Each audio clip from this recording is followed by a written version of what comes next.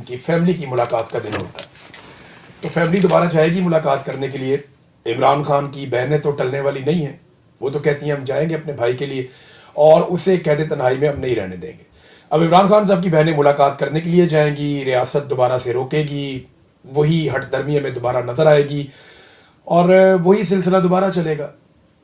मामला सिर्फ इतना है कि फील्ड मार्शल आसिम मुनीर इमरान खान साहब से अपनी नफरत का इजहार खुद भी कर रहे हैं और अपने टाउट्स के जरिए भी करवा रहे हैं। उन्होंने सारे हरबे इस्तेमाल कर लिए हैं, लेकिन इमरान खान को तोड़ने में वो नाकाम रहे। अब एक आदमी जिसे आप तोड़ नहीं सके, अब उसको तनहा कर रहे हैं ताकि उसका पैगाम बाहर ना आए, यानी उसके पैगाम को बदल नहीं सके, उसकी सोच को शिकस्त नहीं दे सके, तो अब उसकी जो आवाज़ है उसी को कुचल दो, उसकी आवाज़ बाहर आए ही ना।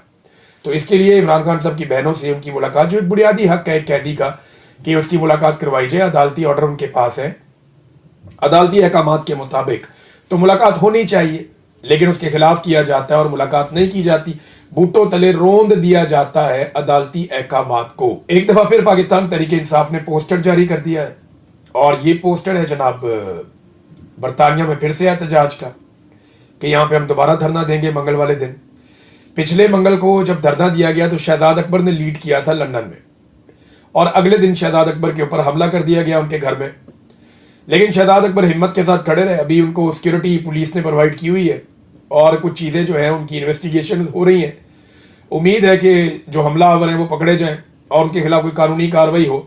लेकिन सवाल ये पैदा होता है कि क्या इससे खौफ फैला, तो जवाब यह है कि नहीं फैला। शहजाद अकबर ने वो पोस्टर अब जो है वो शेयर किया कि जनाब पहुंचे दोबारा सारे धरना देने के लिए, इमरान खान साहब को कैद तन्हाई में डाला हुआ है, उसके लिए सब लोग मिलकर आवाज उठाए। तो इससे तो फर्क नहीं पड़ता ना, मार कुटाई से, बंदे गिरफ्तार करने से, जबरी गुमशुदगियों से क्या कभी कोई तहरीक रुकी है? बलूचिस्तान में जितना जुल्म और जबर पाकिस्तान के जर्नैलों ने किया है, जैसे उनके वसाइल को लूटा है, जैसे उनके बच्चों को जबरी तौर पर लापता किया है, उसके बाद तो बलूचिस्तान में आवाज उठाने वाला एक बंदा भी बाकी नहीं बचना चाहिए था। वहां बजाय आवाज उठाने वाले खत्म हो जाते, वहां मुसल्ला तहरीक शुरू हो गई। ये इन्होंने किया, नेकी की इन्होंने बलूचिस्तान के साथ। इसी तरह अगर आप चले जाएं खैबर पख्तूनख्वा में कबायली इलाकों में ड्रोन हमले किए, मार्टर हमले किए, बेशुमार ऑपरेशंस किए वहां पे, लेकिन क्योंकि पब्लिक की मर्जी के खिलाफ चीजें की, वहां के वसाइल चोरी किए तो लोग खिलाफ हो गए। तो इसी तरह से ये दबाने से, मार कुटाई से तहरीकें नहीं दबती होती। सुहेल अफरीदी वापस पहुंचे खैबर पख्तूनख्वा, उन्होंने जाके अपनी काबीना से बातचीत की और अपनी काबीना को उन्होंने बताया कि जो पंजाब हुकूमत का रवैया था वो इंतहाई अफसोसनाक था, वो बहुत तकलीफ दे था। हमारे गिरबानों पे हाथ डाला गया, हमारे साथ बदतमीजी की गई, मेरी काबीना के साथ बदतमीजी की गई, 700 से ज्यादा लोगों को गिरफ्तार किया गया, बार बार गिरफ्तारियां हुई, मेरे साथ जाने वालों को गिरफ्तार किया गया।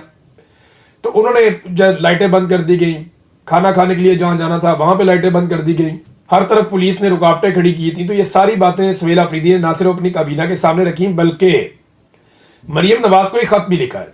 ये इंतहाई जमहूरी तरीकाकार है। मरियम नवाज गो के एक जाली वजीर आला है फॉर्म 47 के ऊपर, लेकिन इसके बावजूद सुहेल अफरीदी ने रिकॉर्ड की दुरुस्तगी के लिए मरियम नवाज को खत लिखा ताकि तमाम चीजें कागजी कार्रवाई के जरिए से रिकॉर्ड के ऊपर मौजूद रहे कि एक वजीर आला को दूसरे वजीर आला ने जो सलूक किया गया उसके सूबे में, उसके हवाले से खत लिखा। उन्होंने लिखा कि मेरे दौरे के दौरान जिस अंदाज में मामलात को डील किया गया वो कोताही नहीं बल्कि जानबूझकर किया गया। जो हुआ वो इंतजामी खामी थी, ना ही हादसाती, बल्कि आईनी ओहदा और बैनुस्सवाई इज्जत को खराब किया गया। उन्होंने कहा कि मैंने 4 करोड़ लोगों के नुमाइंदे की हैसियत से लाहौर का दौरा किया। जो कुछ भी मेरे साथ हुआ वो किसी भी तौर पर एक अवामी नुमाइंदे के शायन शान नहीं था। मार्केटें और अवामी मकामात को बंद करके लाहौर के शहरियों को तकलीफ दी गई। मोटरवे रेस्ट एरिया तक बंद रखा गया। सोशल मीडिया पे मेरे खिलाफ मुहिम चलाई गई। मनशियात स्मगलिंग तक से जोड़ा गया और ये पंजाब हुकूमत की ज़ेरे निगरानी हुआ। ऐसे रवैये और अंदाज से मेरी शख्सियत को तबाह करने की कोशिश की गई जिसे किसी भी तौर नज़रअंदाज नहीं किया जा सकता।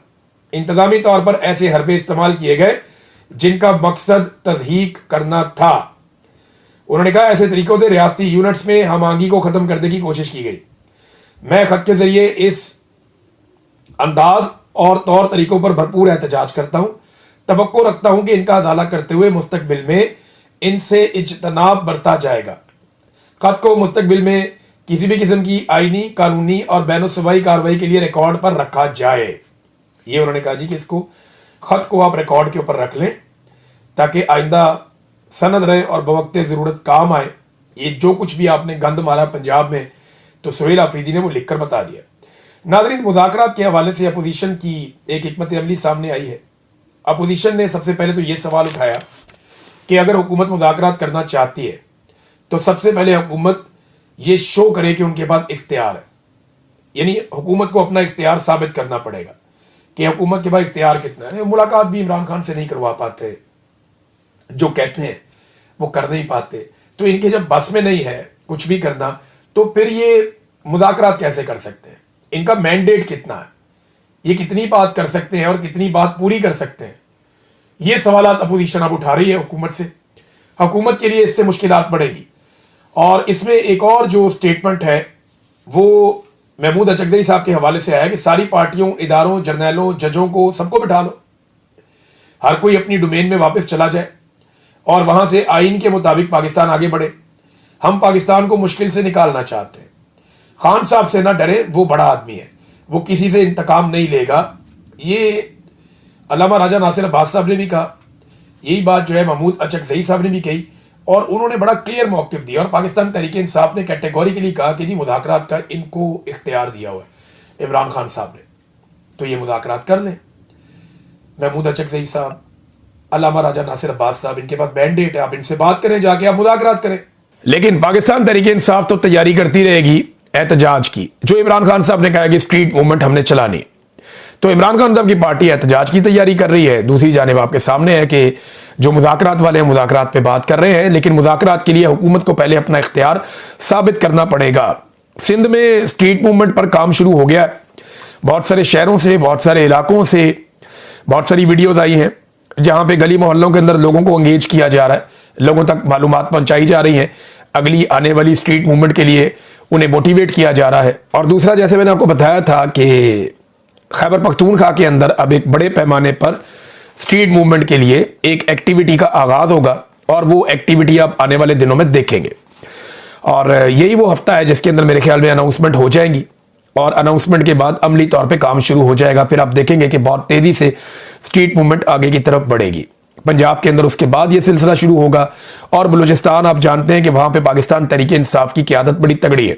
तहरीक इंसाफ के जो लोग हैं वो बलूचिस्तान में बड़े कमिटेड हैं, और जब वहां पे ये मूवमेंट जाएगी तो वहां बड़ी तेजी से पैगाम पहुंचता है, और बलूचिस्तान भी इसके अंदर शामिल हो जाएगा। फिर आज़ाद कश्मीर में आगे इलेक्शन आ रहा है, और गिलगित बल्तिस्तान में, तो यहाँ पे बड़े पैमाने पर एक्टिविटीज की उम्मीद की जा रही है स्ट्रीट मूवमेंट के हवाले से। नाज़रीन, पाकिस्तान के ज़र मुबादला के ज़खायर के हवाले से एक खबर दोबारा पाकिस्तान के मीडिया की जीनत बनी है, और खबर वही कह रही है जो मैं आपको बड़े लंबे अरसे से बता रहा हूँ कि पाकिस्तान के पास जितना भी पैसा पड़ा हुआ है उसमें ज़्यादा पैसा दूसरे दोस्त ममालिक का है, पाकिस्तान का वो पैसा नहीं है। 16 अरब डॉलर के आसपास पैसे पाकिस्तान के ज़र मुबादला के ज़खायर में पड़े हुए हैं, पाकिस्तान के कौमी ख़जाने में। और इन 16 अरब डॉलर्स में से 12 अरब डॉलर से ज़ायद रकम हमने दोस्त ममालिक की रखी हुई है, बाकी थोड़ी सी रकम पाकिस्तान की है। और रोल ओवर करने के चक्कर में पाकिस्तान अब कर क्या रहा है, पाकिस्तान अपने असासे दोस्त ममालिक को दे रहा है। अगर पाकिस्तान इसी तरह अपने असासे दोस्त ममालिक को देता रहा तो पाकिस्तान के साथ क्या होगा, ये मैं आपको आगे चल के बताता हूं। लेकिन पहले ये डाटा देखें। ये एक रिपोर्ट आई है, ये डॉन की रिपोर्ट है। रिपोर्ट के मुताबिक साल 2022 से अब तक कुल 25 गैर मुल्की कंपनियां पाकिस्तान से या तो अपना कारोबार मुकम्मल तौर पर लपेट कर, या अपने शेयर्स बेचकर जा चुकी हैं, या अपने ऑपरेशंस में बहुत हद तक कमी ला चुकी हैं। मौजूदा साल 2025 में अब तक 5 गैर मुल्की कंपनियां पाकिस्तान से जा चुकी हैं। पाकिस्तान से कारोबार लपेटने वाली गैर मुल्की कंपनियों का ताल्लुक energy, pharmaceutical, engineering, chemicals, transport, IT और टेली कम्युनिकेशन के सेक्टर से है। ये कंपनियां पाकिस्तान एक एक करके छोड़ती चली जा रही हैं। देखिए, अगर इसी तरह आप अपने जो कर्जे आपने लिए हुए हैं या जो पैसा आपने लेकर डिपॉजिट किया हुआ है अपने कौमी खजाने के अंदर, उनके बदले में अगर आप दोस्त ममालिक को असासे देंगे तो उसका नतीजा आपको पता क्या निकलेगा। गवादर के हवाले से मैं आपको एक चौंका देने वाली खबर देता हूं, और ये खबर अभी कैसर बंगाली साहब हैं, उन्होंने मंजर आम पर लेकर आए और सोशल मीडिया पे ये गर्दिश भी कर रही है। दावा यह है कि गवादर में पाकिस्तान का जो शेयर है, ये पूरे गवादर की मैं आपको बात कर रहा हूं।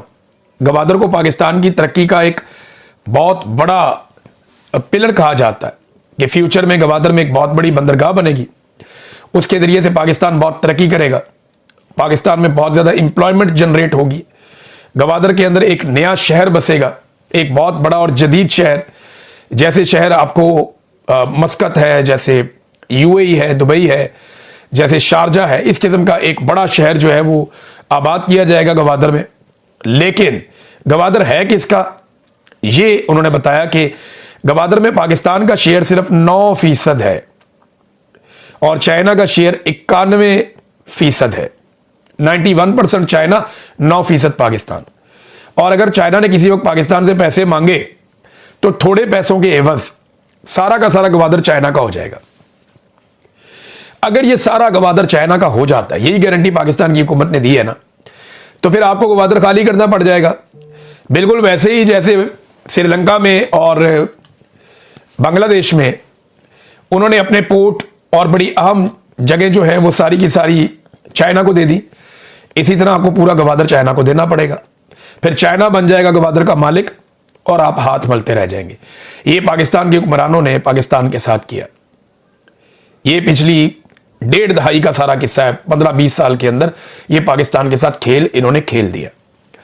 अब गवादर के अंदर एक तहरीक चलती है, आपको याद होगा, हक दो तहरीक।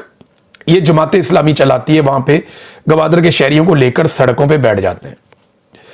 मेरे एक सोर्स ने मुझे यह दावा किया कि ये जो हक दो तहरीक चलती है ना, इसके पीछे एजेंसियां हैं पाकिस्तान की, क्योंकि उन्हें यह लगता है कि अगर ये लोग यहां से ये इलाका छोड़कर चले गए तो फिर चाइना बड़े आराम से पूरे गवादर के ऊपर काबिज हो जाएगा और गवादर चाइना का हो जाएगा। तो एक प्रेशर टैक्टिक्स के तौर पे जमात इस्लामी का बंदा हक दो तहरीक के हवाले से, ये मेरे दोस्त ने दावा किया, उन्होंने कहा जी कि हक दो तहरीक जो है वो एजेंसियों की चलाई हुई तहरीक है। गो कि उनके मुतालबे बड़े अच्छे लगते हैं कि जनाब समंदर के अंदर शिकार ना खेलें, कोई ट्रेलर माफिया ना आए, कोई शराब नोशी ना हो, कोई रास्ते बंद ना किए जाए। तो मुतालबात उनके बड़े अच्छे लगते हैं सुनने में, या हमें यहां से ना निकाला जाए, हमें नई जगहों पे शिफ्ट ना किया जाए। तो 50,000 लोगों को वो साथ जोड़ा हुआ हक दो तहरीक चलती है और बड़ी कामयाब चलती है। वो कहते हैं जिसकी पीछे एजेंसियां हैं, ताकि चाइना के ऊपर ये दबाव बना रहे कि ये गवादर खाली करके नहीं देना आपको। लेकिन अगर आप पैसे नहीं दे पाएंगे तो फिर आपको गवादर खाली करना पड़ेगा। एक अजीबोगरीब सूरत हाल जो है वो गवादर में बनी हुई है। और इस वक्त पाकिस्तान के अंदर पाकिस्तानियों की तवज्जो कितनी है, 1000 अरब के तरक्याती बजट पाकिस्तान के पास, हुकूमत के पास मौजूद था। ये डाटा मैं आपके सामने रख रहा हूं। 1000 अरब का तरक्याती बजट है, उसमें से सिर्फ 9% खर्च हुआ, यानी 1000 अरब में से सिर्फ 90 अरब खर्च हुआ और 910 अरब जो है वो खर्च नहीं हुआ।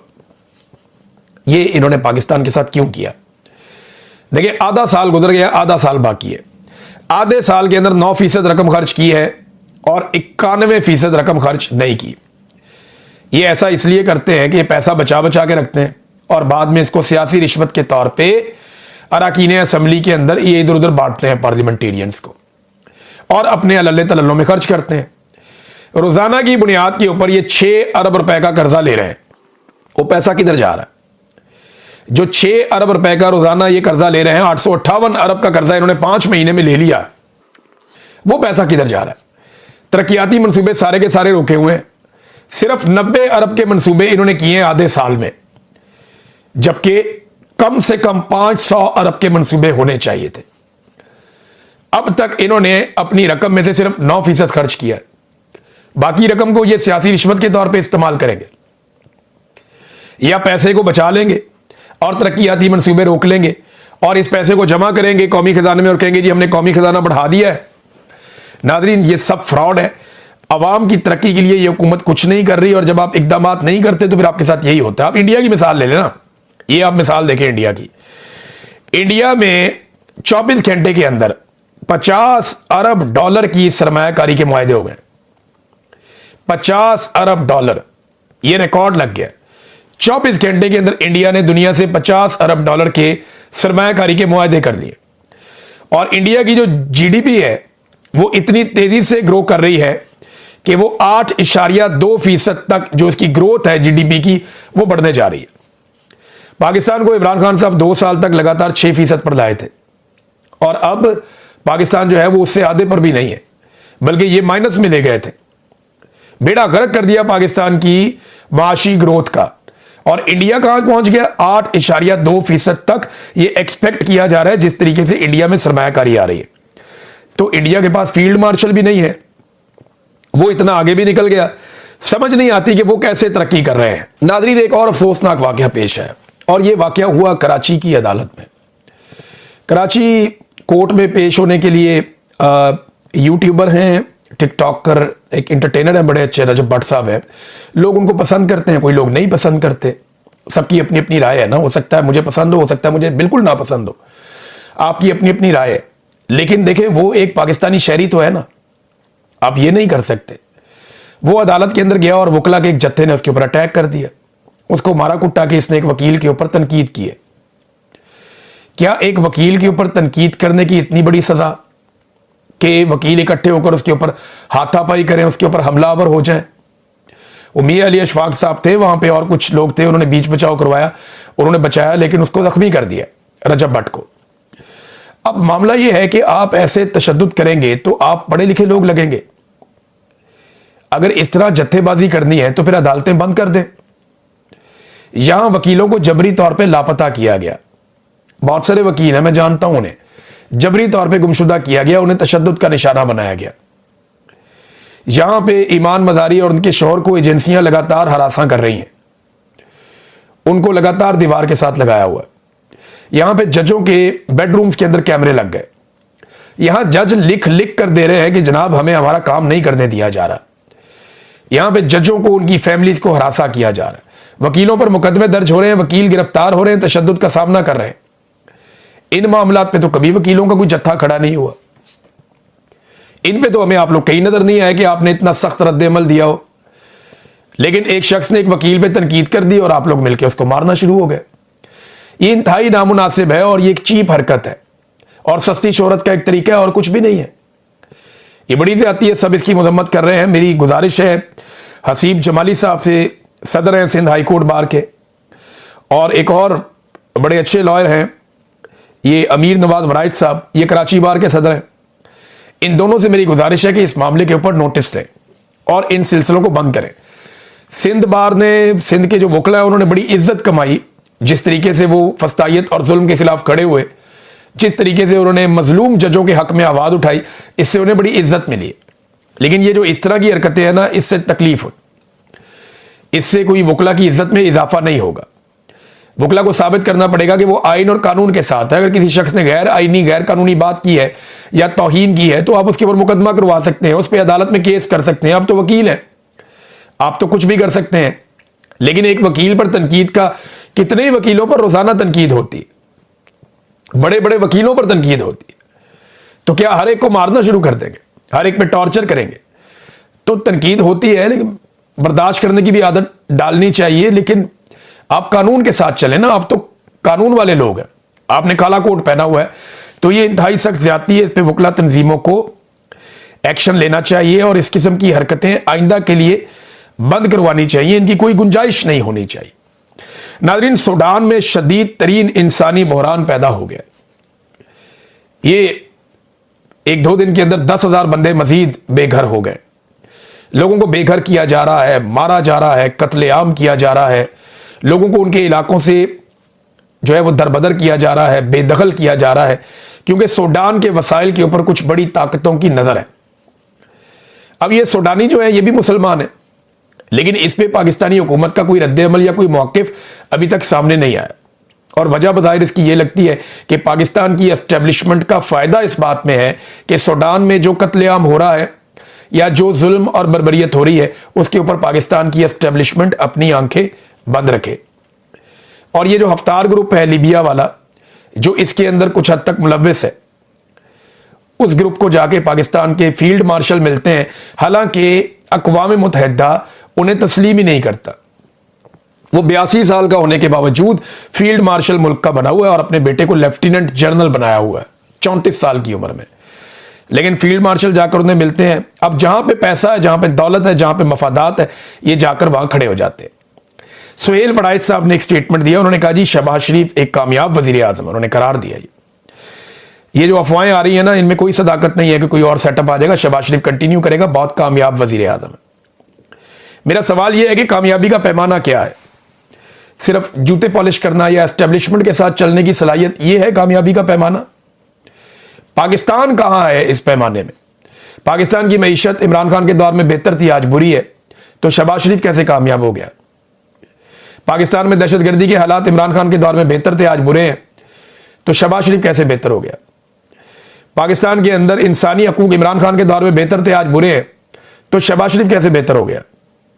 पाकिस्तान के नजरियात जो इमरान खान साहब के दौर में हमने कायम रखे हुए थे, आज हर नजरिए को हम तोड़ते जा रहे हैं, चाहे वो इसराइल हो, चाहे वो फलस्तीन हो, चाहे वो कश्मीर हो, चाहे वो जितने भी खारजी मामलात हैं, तो हम अपने नजरियात से पीछे हट रहे हैं। तो इमरान खान के दौर से शहबाज शरीफ का दौर कैसे कामयाब हो गया? सियाहत के लिए लोग पाकिस्तान में आते थे, आज पाकिस्तान का वजीर आजम और पाकिस्तान के वज़रा और शरीफ खानदान और जरदारी खानदान ये सियाहत पे पूरी दुनिया में जाते हैं, पाकिस्तान में सयाह नहीं आ रहे। तो शहबाज शरीफ कामयाब कैसे हो गया? यानी कामयाबी का मतलब यह है कि आप जूते पॉलिश करें, तो जो जितने अच्छे जूते पॉलिश करेगा वो उतना कामयाब है। तो सुहेल बड़ाइच साहब, मुझे अफसोस हुआ ये सुन के, ये जो पैमाना कामयाबी का आपने कायम कर दिया कि शहबाज शरीफ कामयाब है इसलिए कि उसके एस्टेब्लिशमेंट से ताल्लुकात हैं या वो जर्नैलों के जूते अच्छे पॉलिश कर लेता है, तो ये कोई पैमाना नहीं है, इससे पाकिस्तान आगे नहीं बढ़ेगा। अब तक के लिए इतनी, अपना ख्याल रखिएगा, अपने चैनल का भी। अल्लाह हाफ़िज़।